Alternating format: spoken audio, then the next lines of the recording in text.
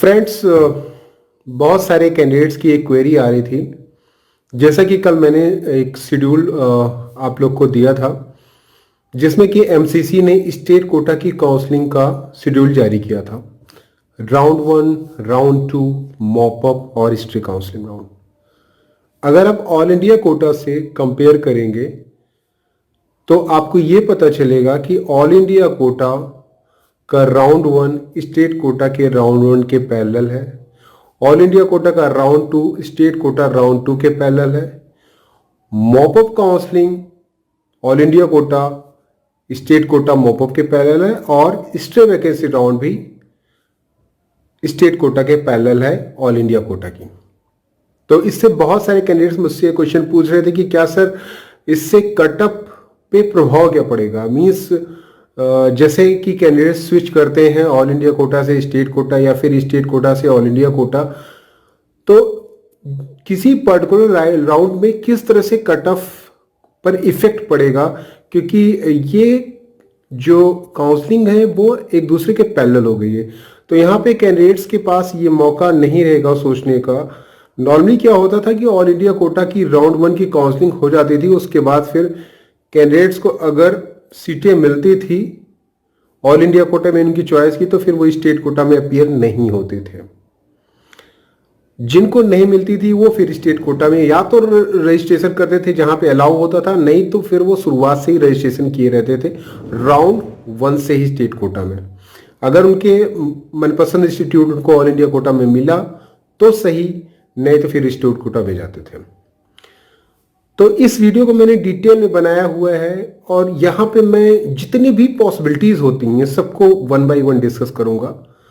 और कोशिश ये करिएगा कि वीडियो को लास्ट तक देखिएगा, जिससे कि हर एक पॉसिबिलिटीज आपको पता चल जाएगी। और इसको मैंने वाइट बोर्ड से बना के समझाने की कोशिश की है कि किस तरह से पॉसिबल है, किस तरह से कैंडिडेट्स की चॉइस फ्लैक्चुएट होगी राउंड 1 से लेके स्टे वैकेंसी राउंड तक, किस तरह से कैंडिडेट्स अपनी चॉइसेस को के बेस पे अपना सीट को रिपोर्ट करेंगे और किस तरह से कट ऑफ पे पूरा इफेक्ट होगा। ये हम पूरा इस वीडियो में पूरा हम देखेंगे, क्योंकि एक और भी फैक्टर इस बार मैटर करेगा जनरल कैंडिडेट्स के लिए। क्योंकि नॉर्मली जो भी कैंडिडेट्स ऑल इंडिया कोटा में जाते हैं वो सोचते हैं कि हमें अच्छा इंस्टीट्यूट मिले, या फिर बहुत सारे कैंडिडेट्स हैं जो अदर स्टेट के कॉलेजेस को प्रेफर करते हैं, कुछ कैंडिडेट्स हैं जो एम्स के लिए जाते हैं। तो क्योंकि जनरल की सीटें इस बार कम होंगी, तो जो बच्चे ऑल इंडिया कोटा की सीटों में अच्छे कॉलेजेस को चूज करने के जाते हैं, अगर उनको उनके पसंद का कॉलेज नहीं मिलेगा, उनके पसंद का इंस्टीट्यूट नहीं मिलेगा, तो फिर वो या तो फिर वो एम्स की तरफ भागेंगे या फिर अपने स्टेट के काउंसलिंग में फिर से पार्टिसिपेट करेंगे। तो ये सारे फैक्टर्स बहुत ज़्यादा इंपॉर्टेंट रोल प्ले करने वाले हैं आपके फाइनल सिलेक्शन के लिए। तो किस तरह से किस किस राउंड में कैसे कैसे इफेक्ट पड़ेगा ये हम पूरा इस वीडियो में जान लेते हैं, जिससे कि आप भी अपना एक आइडिया लगा सकें, एक आपको पता चल सके कि आगे कैसे हमारे लिए चांसेस हो सकते हैं बेस्ड ऑन राउंड। तो चलिए देख लेते हैं कि क्या हो सकता है, और पूरा वीडियो लास्ट तक देखिएगा जिससे कि आपको पूरा यहाँ पे इंफॉर्मेशन पता चल जाएगी। चलिए शुरू करते हैं आज का वीडियो। तो दोस्तों बात कर लेते हैं एमसीसी राउंड 1 से स्टार्ट करते हैं, स्टेट राउंड 1 से। तो अगर आप देखेंगे तो इसका और इसका, इन दोनों का जो काउंसलिंग का शेड्यूल है एमसीसी राउंड 1 का और स्टेट राउंड 1 का, ये लगभग सेम ड्यूरेशन का है। मींस जब एमसीसी की काउंसलिंग में रजिस्ट्रेशन होगा,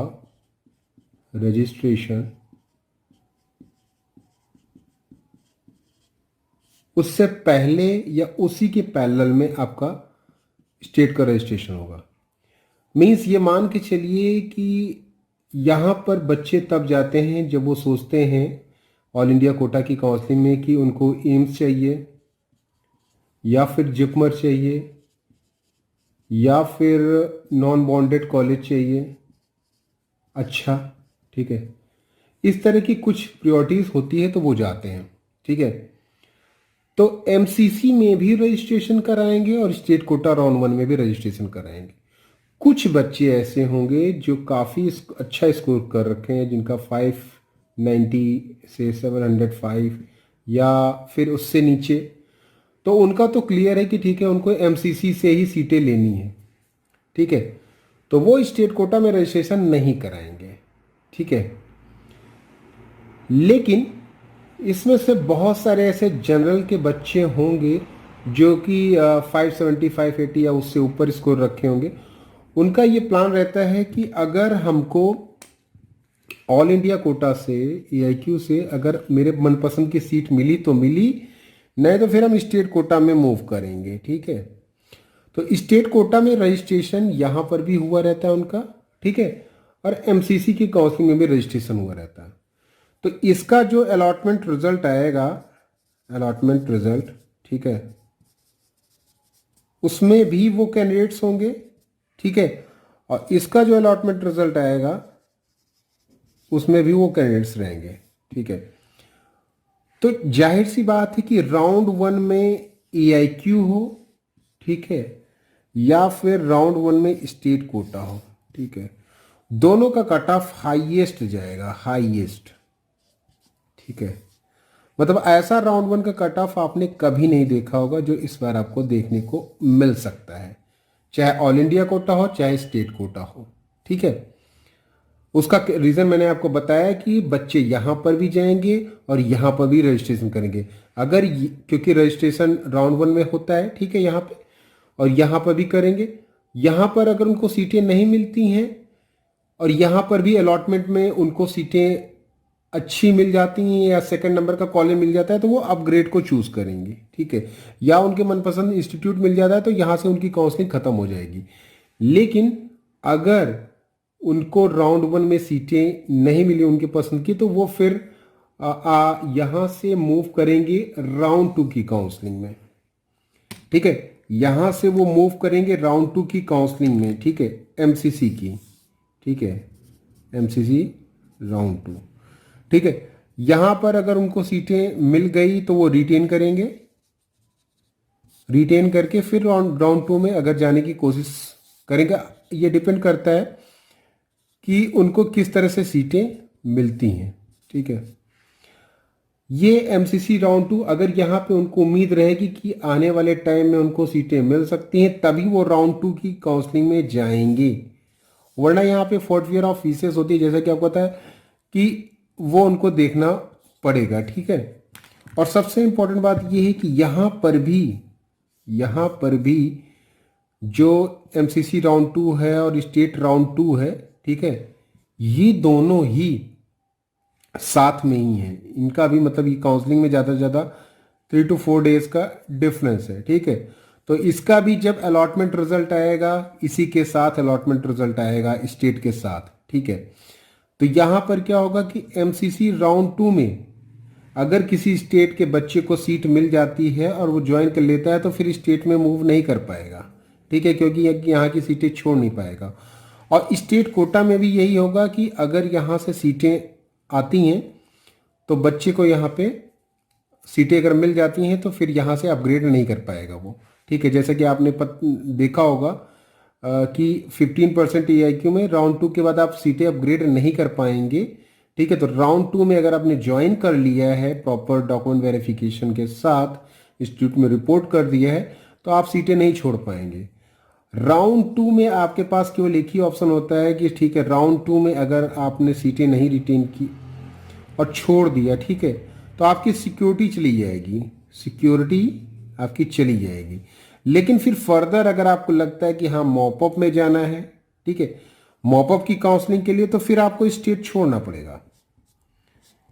क्योंकि अगर ये आप यहाँ से मॉपअप की तरफ मूव करेंगे तो क्योंकि स्टेट राउंड 2 के बाद फिर मोस्टली सीटें मॉपअप के लिए बहुत ही कम रह जाएंगी। ठीक है, बहुत कम चांसेस हैं स्टेट में मॉपअप में काफ़ी सीटें आपको मिले।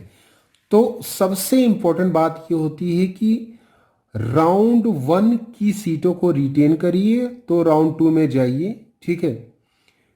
क्योंकि यहाँ पे क्या होता है कि राउंड 1 के बाद कोई बच्चा अगर एमसीसी काउंसलिंग में उसको अच्छी सीटें नहीं मिली तो फिर वो स्टेट में भागता है, और हो सकता है कि सेकंड राउंड में उसको वो सीटें मिल जाएं जो आपको फर्स्ट राउंड में मिली थी, और आपको उससे भी लो कॉलेज मिल जाए। तो इसलिए यहाँ पे सीटों को रिटेन करना बहुत ज़्यादा ज़रूरी होता है।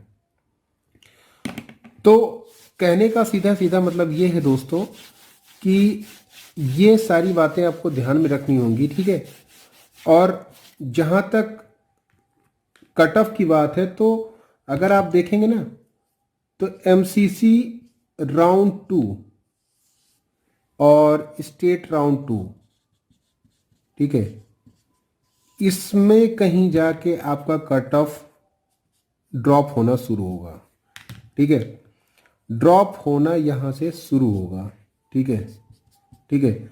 एमसीसी राउंड 2 के बाद मॉपअप, ठीक है, मॉपअप और स्टे राउंड, ठीक है, इन दोनों में मैक्सिमम ड्रॉप होगा, क्योंकि यहाँ के बाद फिर मैक्सिमम कैंडिडेट्स या तो एडमिशन ले लेते हैं, ठीक है, चाहे वो स्टेट कोटा हो या फिर ऑल इंडिया कोटा, या तो वो एडमिशन ले लेते हैं जिनका अच्छा इंस्टीट्यूट मिलता है, नहीं तो फिर एमसीसी राउंड 2 में नहीं लेते तो फिर स्टेट के कोटा के राउंड 2 में सीटें अपनी ले लेते हैं।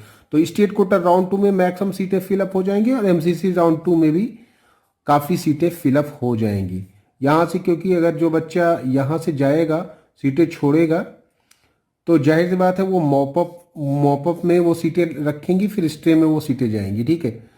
तो यहाँ से अब रिवर्सल का कोई केस है नहीं यहाँ पे, ठीक है, रिवर्ट होकर सीटें आनी नहीं है, तो यहाँ पे स्टेट कोटा राउंड 2 में मैक्सिमम सीटें फिलअप हो जाएंगी, ठीक है। लेकिन स्टेट कोटा राउंड 2 से अगर कोई बच्चा यहाँ पे मूव करता है, ठीक है, तो फिर यहाँ से मॉपअप के लिए सीटें बच जाएंगी, ठीक है, मॉपअप के लिए कुछ सीटें बच जाएगी। तो मुझे लगता है कि मॉपअप तक लगभग सारी काउंसलिंग यहाँ पे स्टेट की मैक्सिमम सीटें फिलअप हो जाएंगी, क्योंकि कुछ बच्चे जो है राउंड 2 में अलॉटमेंट के बाद, अलॉटमेंट रिजल्ट के बाद स्टेट कोटा राउंड 2 से अगर उनको सीटें नहीं अच्छी मिली या उन्होंने एमसीसी राउंड 2 में उनको बेटर कॉलेज मिला, तो यहाँ राउंड 2 की सीटें छोड़ के स्टेट एमसीसी राउंड 2 में जाएंगे। तो यहाँ पर भी उनकी सिक्योरिटी आपकी फोर्टफेयर ऑफ फीसेस हो जाएगी। तो दोनों तरफ से ये है कि एमसीसी राउंड 2 में अगर आपको सीट मिली, ठीक है, और आपके मनपसंद की नहीं मिली, आप सोचिए कि आपको स्टेट में ही इससे अच्छा कॉलेज मिल जाएगा, तो आप यहाँ पे ज्वाइन नहीं किया और चले गए, आपका सिक्योरिटी यहाँ पे जब्त हो जाएगा, ठीक है। इसी तरह से स्टेट राउंड 2 में आपको अच्छी सीटें नहीं मिली, मनचाही सीटें नहीं मिली, आपको ऑल इंडिया कोटा से अच्छा सीट मिला, यहाँ पे आपको नया कॉलेज मिल रहा था, यहाँ पे आपको अच्छा कॉलेज मिल रहा है, तो आप राउंड 2 में नहीं जाएंगे, राउंड 2 की सीटें छोड़ देंगे, तो यहाँ पे आपकी फोर्टफेयर ऑफ फीस हो जाएगी, एमसीसी राउंड 2 की सीटें आपको मिल जाएंगी। तो यहाँ पे अगर ज्वाइन कर लेंगे तो फिर आगे की काउंसलिंग में नहीं जा पाएंगे। तो मेनली मेरा कहने का मतलब है कि आप जो रिस्क ले सकते हैं, जो भी रिस्क फैक्टर होता है, रिस्क फैक्टर होता है वो राउंड 2 तक होता है, ठीक है, राउंड 2, चाहे स्टेट कोटा हो या ऑल इंडिया कोटा हो। अगर राउंड 2 के बाद आप मॉपअप में मूव कर रहे हैं या फिर स्टे में मूव कर रहे हैं, तो यहाँ पे रिस्क फैक्टर होता है। रिस्क फैक्टर मतलब कि एमसीसी राउंड 2 में अगर आपको सीटें मिली, आपने उसको छोड़ दिया दोबारा से, क्योंकि मॉपअप में आपको न्यू रजिस्ट्रेशन करना पड़ेगा, ठीक है, न्यू रजिस्ट्रेशन करना पड़ेगा, ठीक है। तो कोई जरूरी नहीं है कि यहाँ की जो सीटें हैं वो आपको इधर मिल ही जाएंगी, या हो सकता है कि मॉपअप तक आते आते वो सीटें रहे ही ना जिनकी आप उम्मीद कर रहे हैं, ठीक है। तो मॉपअप में आपसे ऊपर वाले रैंक वाला बच्चा भी आपकी वो सीट ले सकता है जो आपने यहाँ पे वैकेंट की हुई है, तो ये रिस्की होता है। इसलिए राउंड 2 के बाद मैं सजेशन यही देता हूँ बच्चों की, राउंड 2 के बाद बहुत ज़्यादा मैं जरूरी हो तभी मॉपअप में जाएं, या एकदम कंफर्म रहता है कि हाँ हमें जाना चाहिए, या फिर वो बच्चे जो कि ठीक है बॉर्डर पे हैं, उनको स्टेट से कोई उम्मीद नहीं है, स्टेट कोटा से कोई उम्मीद नहीं है, तो फिर वो चारों राउंड की काउंसलिंग यहाँ पे अपीयर हो सकते हैं, ठीक है। लेकिन अगर आपका स्कोर अच्छा है और आप ये काम कर रहे हैं तो फिर आपके लिए यहाँ डाउटफुल रहेगा। ठीक है, तो जब अगर हम बात करें कट ऑफ की, तो एमसीसी राउंड 1 का भी कट ऑफ काफ़ी आ जाएगा, स्टेट राउंड 1 का भी कट ऑफ आ जाएगा, एमसीसी राउंड 2 का भी कट ऑफ हाई जा सकता है, लेकिन स्टेट राउंड 1 से कम। स्टेट राउंड 2 में जो भी कट ऑफ होगा वो लगभग फाइनल हो जाएगा, क्योंकि इसके बाद बहुत कम सीटें आएंगी। यहाँ से जो मूव करके कैंडिडेट्स आएंगे या फिर यहाँ से इधर जाएंगे तो बहुत ही कम स्टूडेंट जाएंगे। ठीक है, तो मैक्सिमम यहाँ पे फिक्स हो जाएगा। ठीक है, लेकिन यहाँ पे मैक्सिमम जो फ्लैक्चुएशन आपको देखने को मिल सकता है कट ऑफ का, मैक्सिमम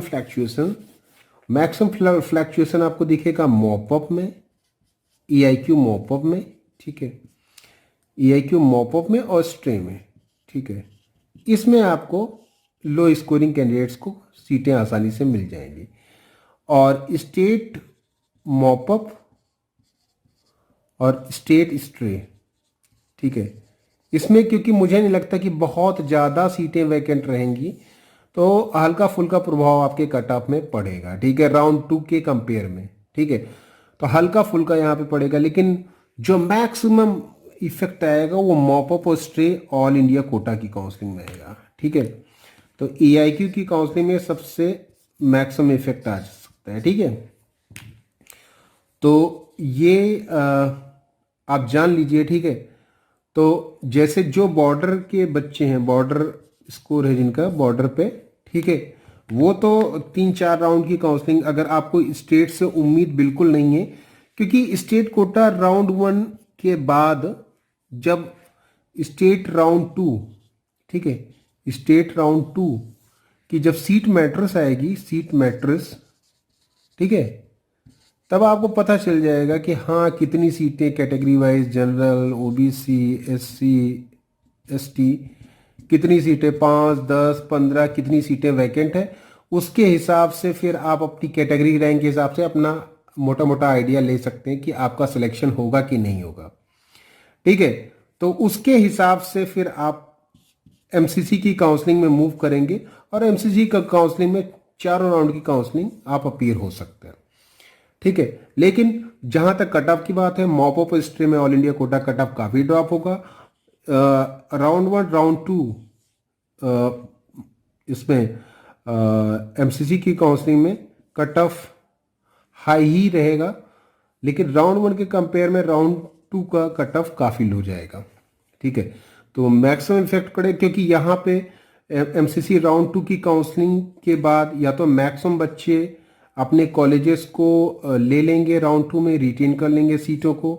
मॉपअप में बहुत ही कम बच्चे आते हैं। ठीक है, तो राउंड 2 से जो भी सीटें बचेंगी, मेनली अगर राउंड 2 में मैं बताऊं तो राउंड 2 में आपको सीटें जो मैक्सिमम बचेंगी वो तमिलनाडु की बचेंगी, इसके अलावा यूपी की बचेंगी, वेस्ट बंगाल, उड़ीसा, AP, इसके अलावा कर्नाटका की भी सीटें बच सकती हैं। बहुत सारी स्टेट की यहाँ पे सीटें बच सकती हैं। ठीक है, तो ये सीटें बेसिकली आपकी मॉपअप और स्टे राउंड तक जाएंगी। तो मैक्सिमम जो ड्रॉप होगा वो आपके ऑल इंडिया कोटा में मॉपअप और स्टे में होगा।